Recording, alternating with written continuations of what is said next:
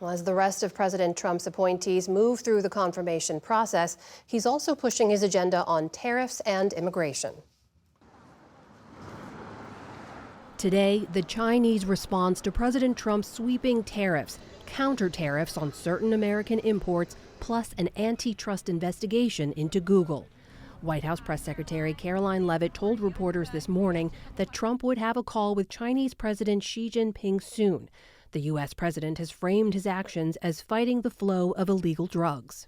He is not going to allow China to continue to source and distribute deadly fentanyl into our country. That was the reason for this tariff. It was a retaliatory tariff on China for the last 4 years of their unprecedented distribution of fentanyl into our nation's borders.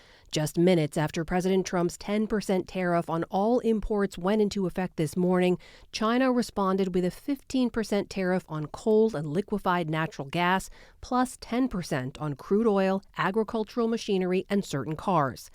Trump's initial tariffs included Mexico and Canada, but both of those leaders made deals to delay a potential trade war.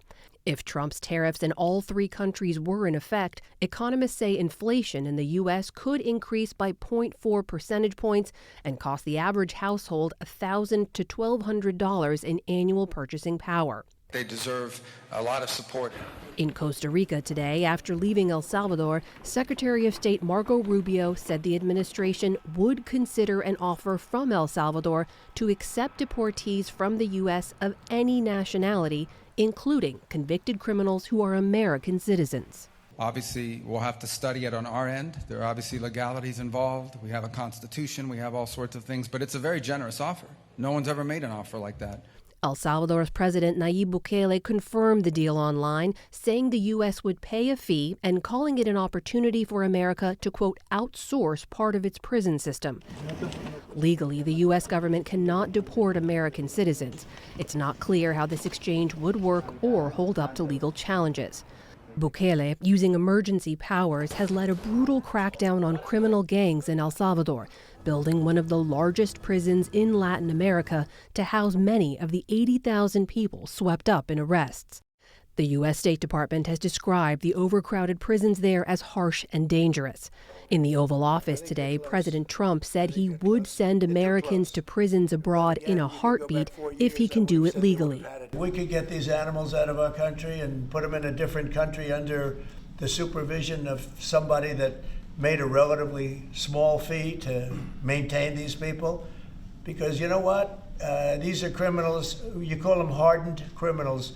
We don't want these people in our country either. All this comes with news from the White House about another infamous prison system. And I can also confirm that today, the first flights from the United States to Guantanamo Bay with illegal migrants are underway. President Trump has ordered the naval base on Cuba to expand detention space for up to 30,000 deportees, and the Pentagon began moving additional troops there over the weekend.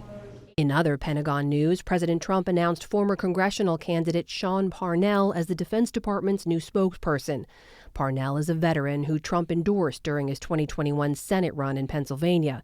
Parnell dropped out of that race after his ex-wife testified in court that he violently abused her and their children. Parnell denies the allegations. And another Trump appointee making headlines today at the State Department. Darren Beattie, a former Trump speechwriter who was fired during the first Trump administration for speaking at a conference attended by white nationalists. As recently as October, Beattie posted online that, quote, competent white men must be in charge if you want things to work, and has spread false conspiracies about the January 6th U.S. Capitol riot. Beattie was named Acting Undersecretary for Public Diplomacy and Public Affairs. His acting role does not require Senate confirmation.